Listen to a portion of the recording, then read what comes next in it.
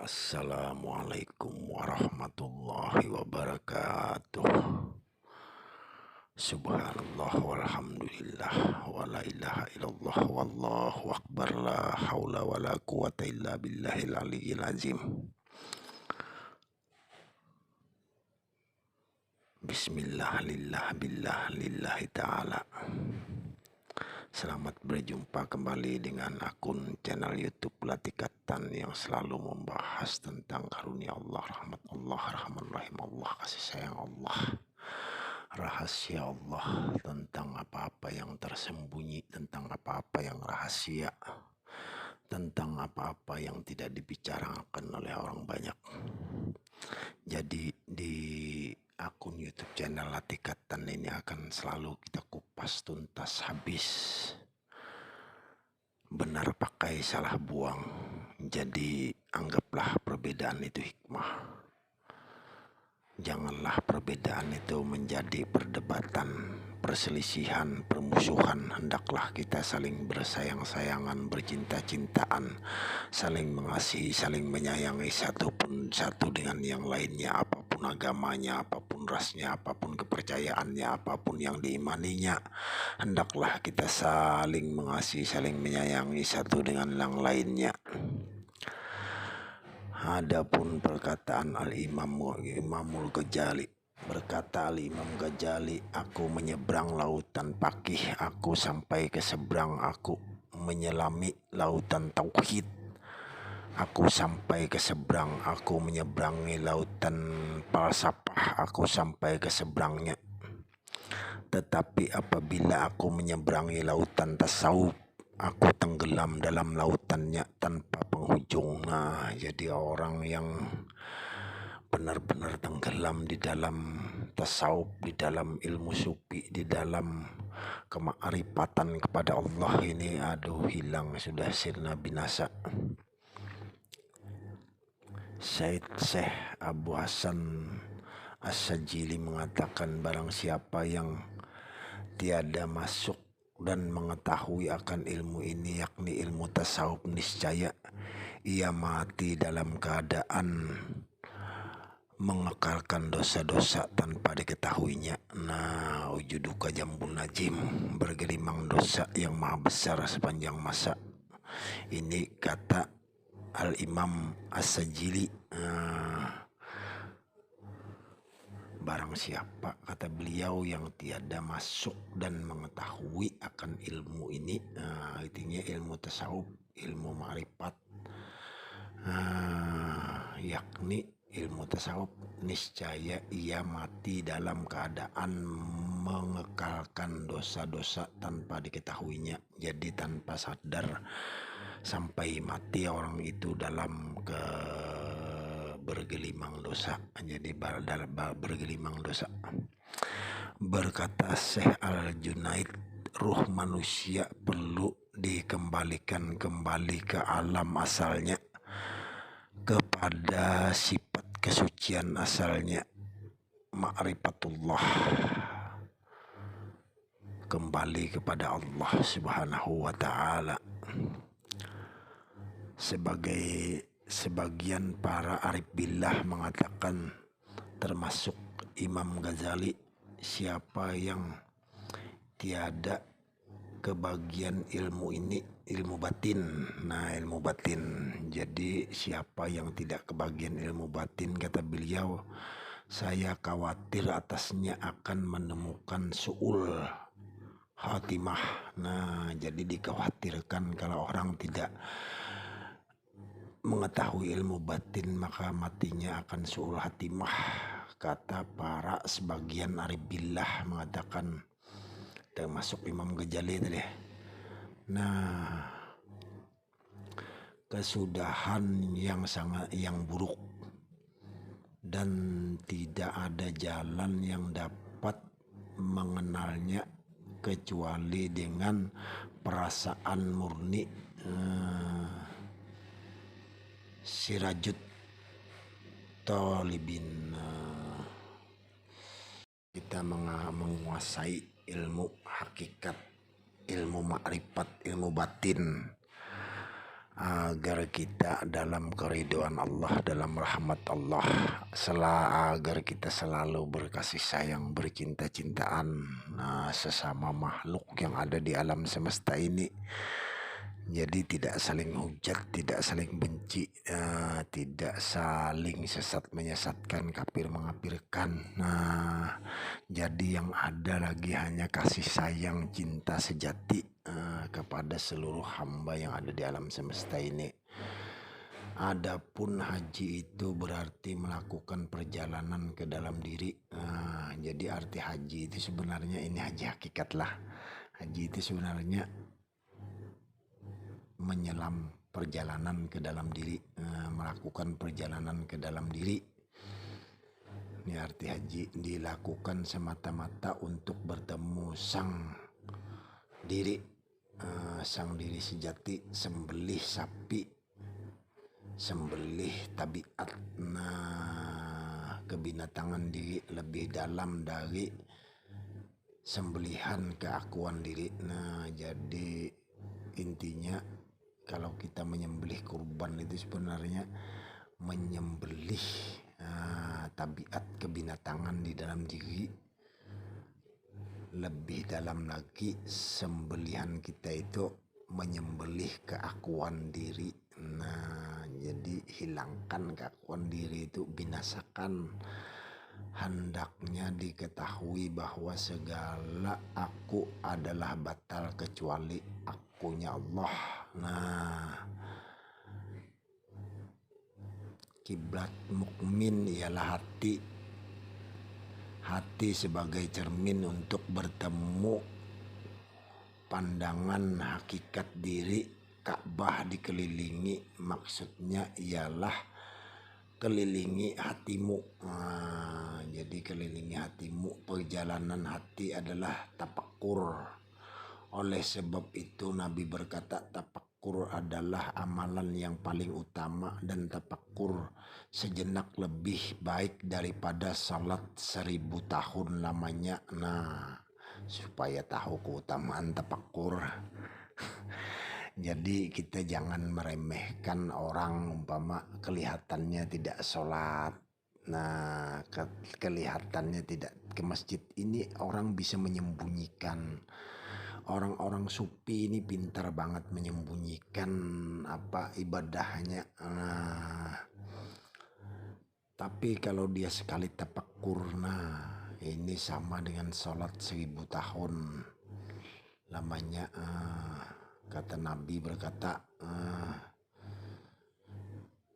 haji diwajibkan bagi yang mampu, dan tidak bagi yang tak mampu. Makna sebenar dalam konteks pandangan hakikat ialah yang mengenal Allah itu wajibnya bagi yang mampu saja. Jika kamu tidak mampu untuk melakukan perjalanan spiritual itu, ya tak mengapa. Karena pandangan hakikatnya pengorbanan. Maka makna dan arti pengorbanan itu luas. Telah sanggup dikorbankannya lahir dan batin, jiwa dan raga, harta dan benda, perasaan dan semuanya semasa hidup, karena dia mengenal. Dia sanggup, tidak mengenal, tapi tak mengapa, kata Tuhan. Jadi orang yang kenal ini luar biasa sebenarnya, tapi yaitu harus kuat tadi, harus kuat. Jadi lelah macam-macam lah, pengorbanan macam-macam.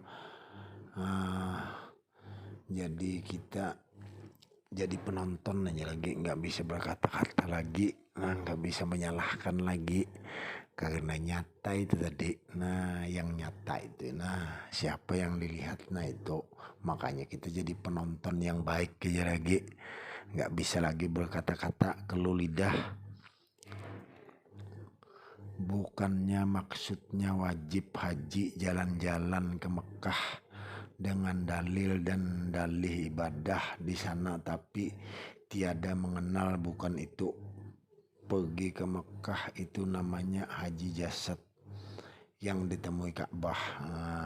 Ini haji syariat, ada haji hakikat, ada haji ma'rifat. Nah, jadi macam-macam. Sholat pun ada sholat syariat, ada sholat tarekat, ada sholat hakikat, ada sholat ma'rifat. Nah, zikir pun ada zikir syariat, ada zikir tarekat, ada zikir hakikat, ada zikir ma'rifat. Nah, jadi macam-macam ilmu Allah ini. Nah, mungkin kalau kita terangkan di sini nggak cukup waktunya.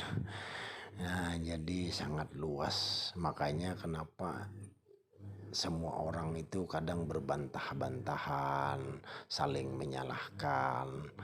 Oh, kamu salah, saling menyesatkan. Kamu salah, ilmumu nggak benar. Nah, karena saking kayanya Allah tadi, saking luasnya ilmu Allah tadi. Nah, jadi saking luasnya ilmu Allah tadi, memang berat.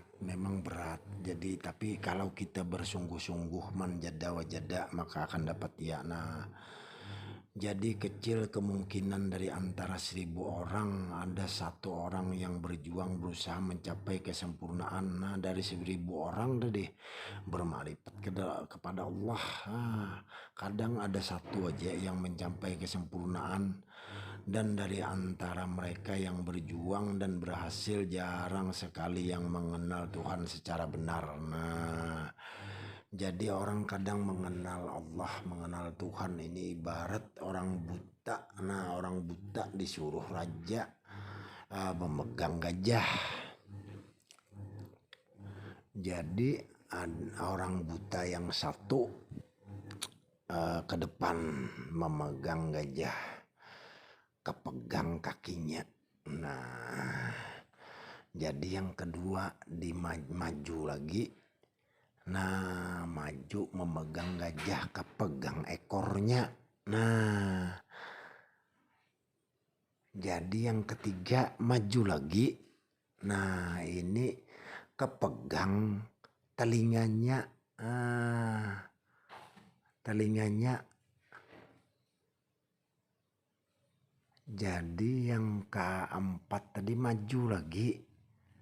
Nah, kepegang itu belalainya. Nah, mundur lagi yang keempat, maju lagi yang kelima, kepegang badannya. Nah, jadi ditanyalah kelima orang buta ini oleh raja, bagaimana menurutmu gajah? Kamu yang pertama, si Fulan. Jadi yang pertama ini mengatakan gajah itu tinggi Baginda, besar seperti pohon kelapa, tinggi menjulang. Oh, ya sudah. Yang kedua, gajah itu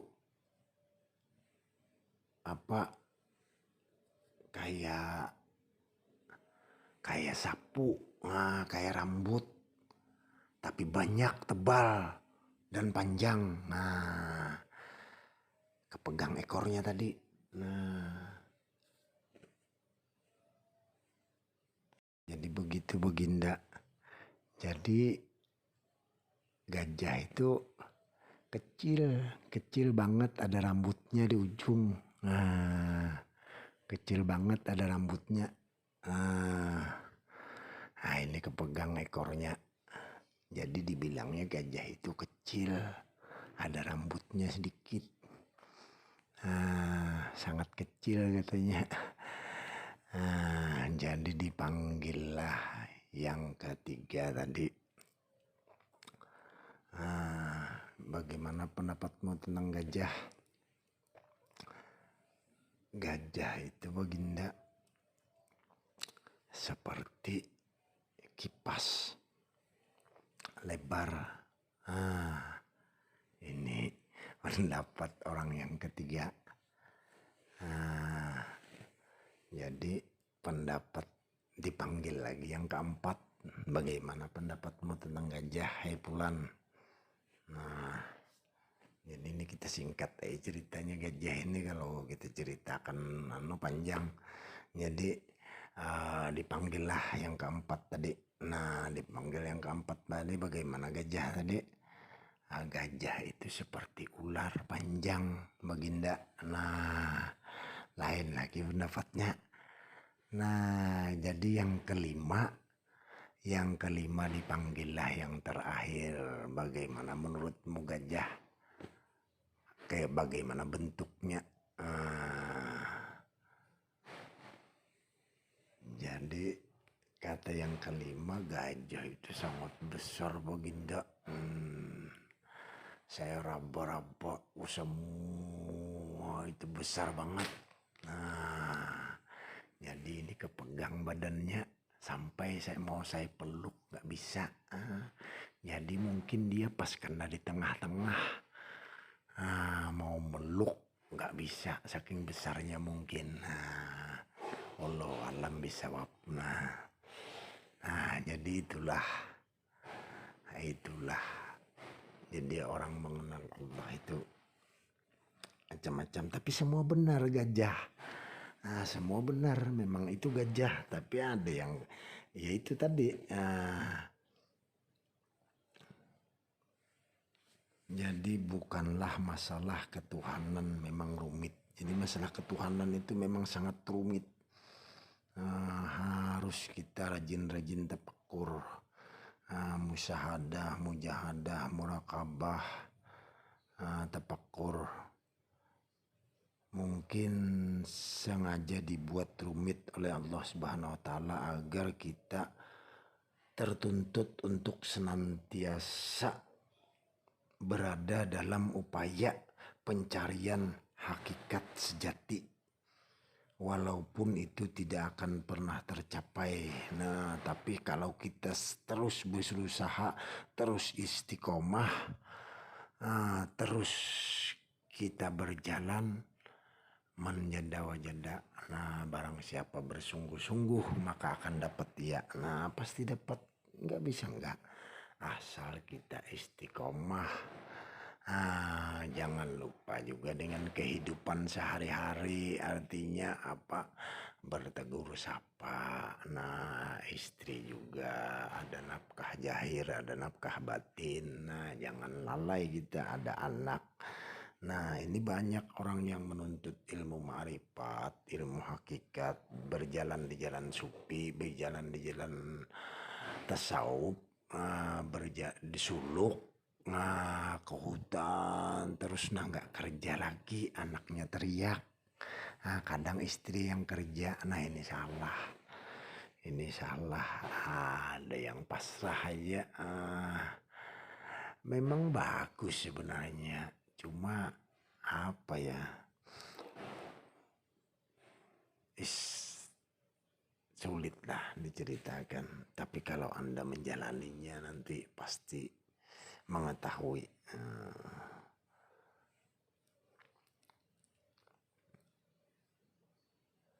Jadi berpaling dari Allah ketika datangnya takdir adalah mematikan agama. Nah, jadi kita jangan pernah berpaling dari takdir. Sabar aja, ikhlas aja, ridho aja.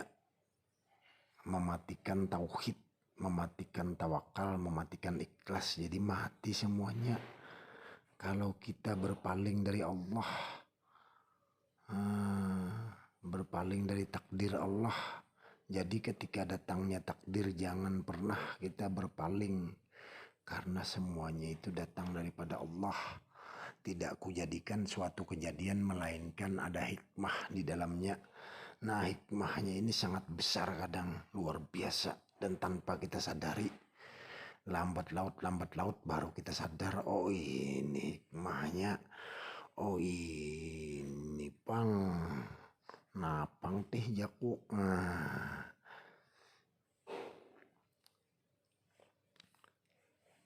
Jadi mematikan bahwa hati seorang mukmin itu tidak bisa diketahui bagaimana dan mengapa.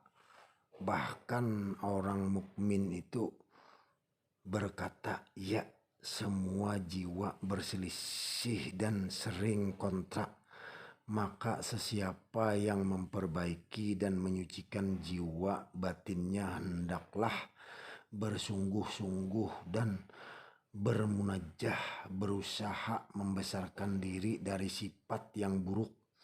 Semua keburukan bertempat dalam keburukan dan kebusukan bertempat dalam kerusakan, kebinasaan, kehancuran.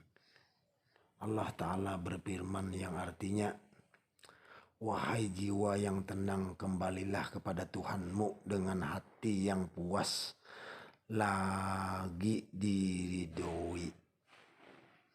Maka masuklah ke dalam jamaah hamba-hambaku dan masuklah ke dalam surgaku. Dengan pertolongan dan penghargaan bersabarlah kamu bersamanya, berdiri tegaklah bersamanya, dan janganlah kamu lupakan dia, karena setelah kamu mati akan terbangun kembali dan hal itu akan bermanfaat bagi diri kamu. Jadi kadang kebiasaannya orang yang tak sampai gagal menjalani jalan di jalan ma'rifatullah, kesempurnaan ma'rifatullah, kesempurnaan akhlak budi pekerti luhur. Ciri khas bagi mereka hanya mengagumi pengalamannya sendiri. Nah, jadi mereka hanya mengagumi pengalamannya sendiri. Nah, makanya mereka berbantah-bantahan, kadang menyalahkan orang, bikin status. Nah, menyindir orang, bikin status apalah, inilah, ini salah lah, itu salah. Nah, ini ciri khas bagi mereka hanya mengagumi pengalamannya sendiri. Orang seperti ini tidak akan pernah wusul kepada Allah, karena dia sibuk dengan pengalamannya sendiri. Adapun jika bukan pengalamannya sendiri, maka dibantai habis. Jadi kalau tidak sepaham dengan perjalanannya, dengan apa yang dipikirkannya, dengan apa yang dipelajarinya, nah dia bantai habis, dia sindir habis. Segala yang ada itu, walaupun itu hadis dan Al-Quran, nah mereka tidak sadar akan kebodohannya yang selalu mendiaminya pada tiap saat dan waktu. Adapun jika itu pengalamannya sendiri, maka mereka tersenyum senang dan berkagum-kagum, walaupun itu bentuk penentangan kepada apa yang diajarkan oleh semua orang. Jadi kita ini tidak boleh sebenarnya bertentangan dengan orang. Kalau menurut kita orang itu salah, tidak benar, ya diam sudah. Belum tentu juga kita benar. Lihat orang istilahnya gak sholat, kita merasa selamat. Nah, ini sebenarnya orang seperti ini nyata dan gak selamat. Padahal nyata sholat itu mencegah perbuatan keji dan mungkar. Jadi apabila kita mengerjakan sholat dengan benar-benar sholat yang benar, itu kita tercegah dari perbuatan keji dan mungkar, berbuat tidak baik. Tapi kalau kita sholat taat benar tapi tetap berbuat keji dan mungkar, memakai orang, menjelekkan orang, ngomongin orang, nyalahkan orang, apalagi mengkafirkan orang, berarti sholatnya ini belum benar. Nah, masih salah, masih belum benar sholatnya. Karena sholat itu intinya mencegah perbuatan keji dan mungkar.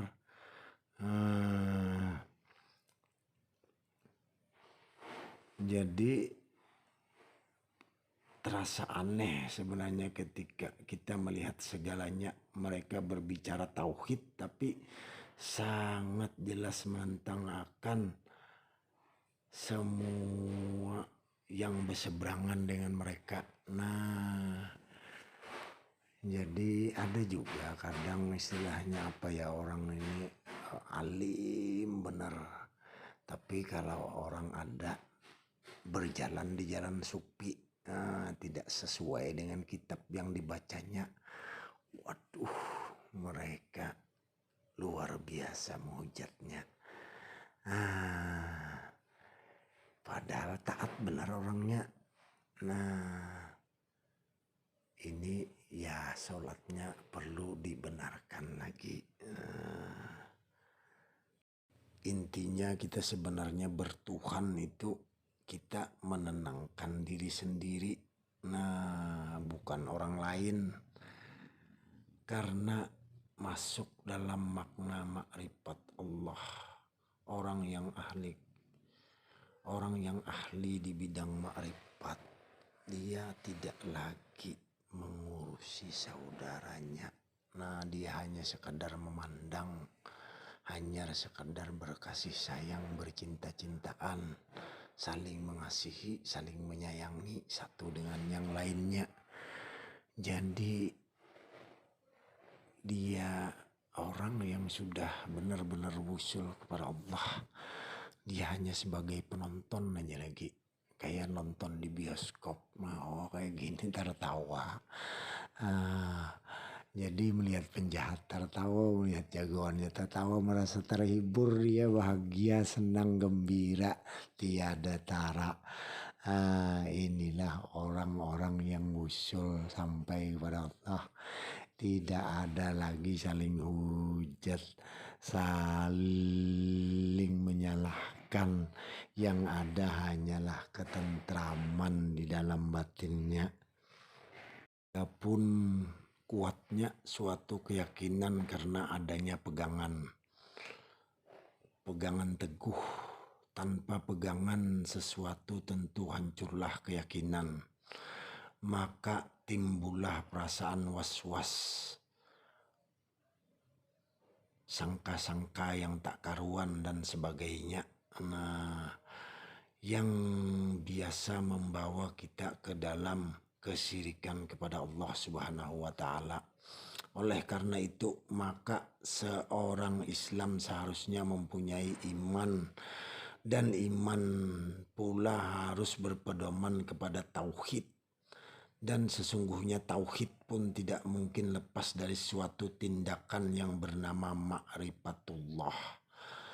Sejak lahirnya Islam sebagai cara hidup manusia mulai zaman Nabi Adam alaihissalam dan terus bersambung hingga sekarang ini, maka Islam menekankan hidupnya dengan satu yang bernama iman dan bertauhid, berpegang teguh kepada yang maha hidup.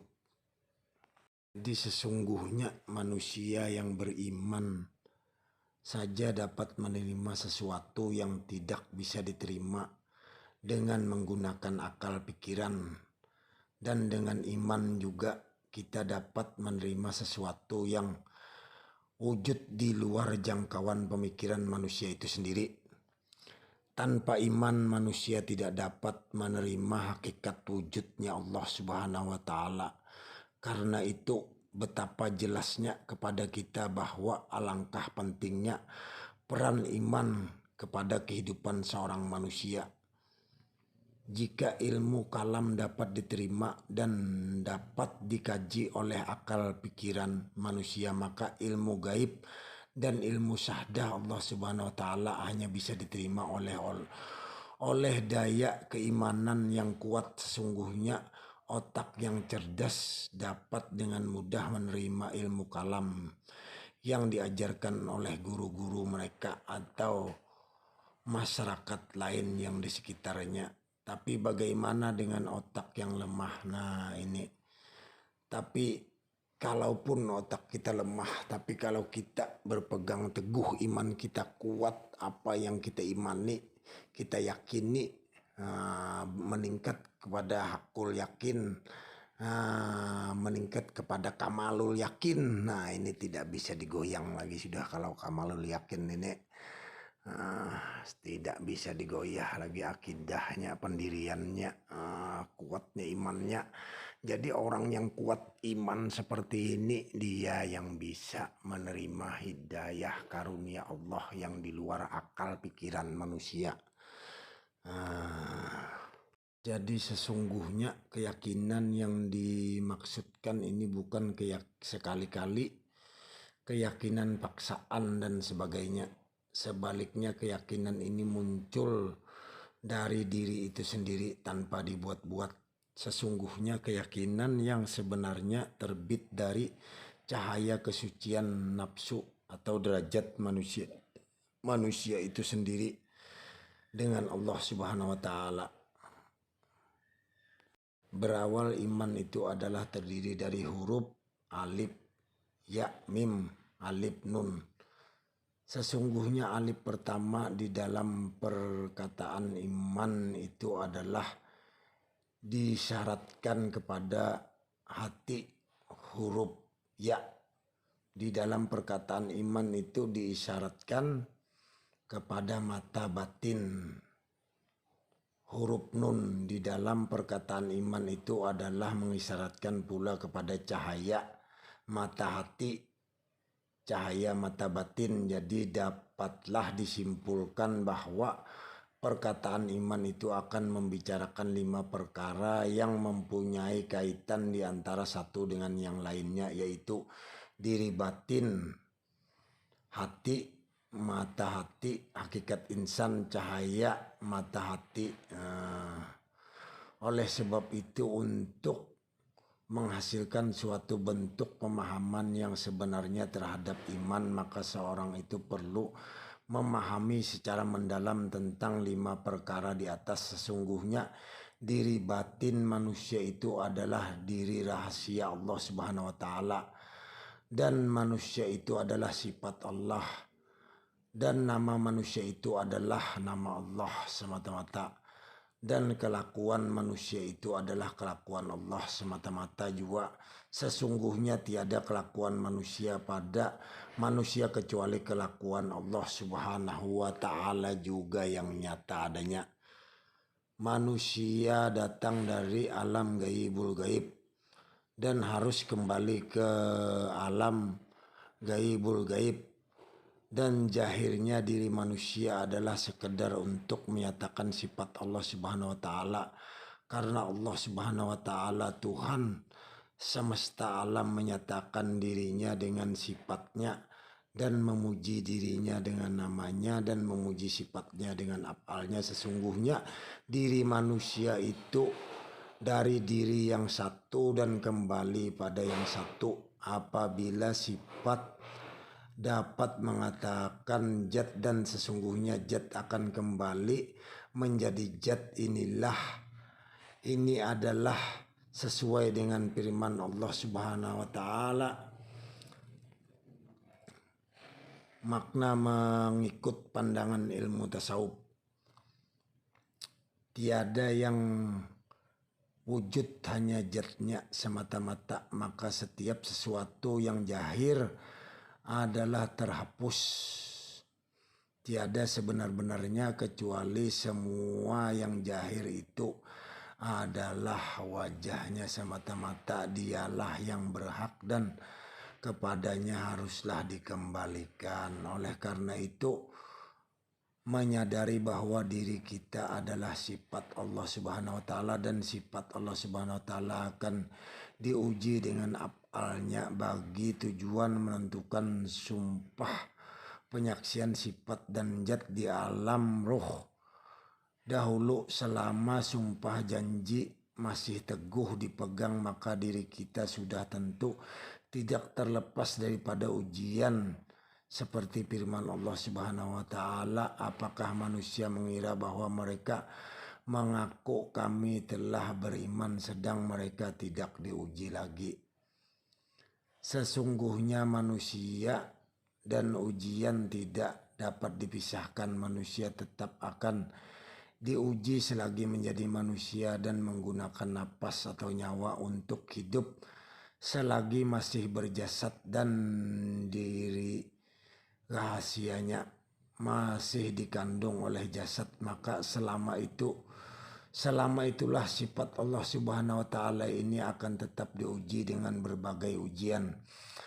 Ujian bukan saja bermakna susah, tetapi tidak kurang juga ujian Allah Subhanahu wa taala dengan apa yang dinamakan kesenangan. Sesungguhnya susah dan senang, miskin dan kaya, hina, mulia dan sebagainya yang melanda diri manusia adalah bagian daripada bentuk ujian dari Allah Subhanahu wa taala kepada diri kita semua. Dewasa ini jarang manusia yang menyadari hakikat ini. Sebaliknya banyak di kalangan manusia tidak mengenal dirinya. Mereka mengaku dengan lidah mereka saja bahwa mereka ini adalah hak Allah Subhanahu wa taala. Tapi pada kenyataannya sebenarnya mereka benar-benar masih berpegang bahwa dirinya itu adalah haknya sendiri. Di samping mereka merasakan bahwa mereka harus memiliki sesuatu yang berhak pula untuk memilikinya. Hilangkanlah semua itu dari dirimu, dari rasamu, dari sangkamu, dari semua yang ada pada dirimu. Maka saksikanlah dirimu sendiri sebagai bayang-bayang wujud Allah Subhanahu wa taala. Maka pandanglah dirimu sendiri sebagai keberadaan Allah Subhanahu wa taala. Maka mesrakanlah dirimu sendiri, tiada lain melainkan wujud Allah Subhanahu wa taala. Engkau cahayaku, adalah hambaku, sebagai penjahiranku, adalah bentuk pemandangan keberadaan diriku.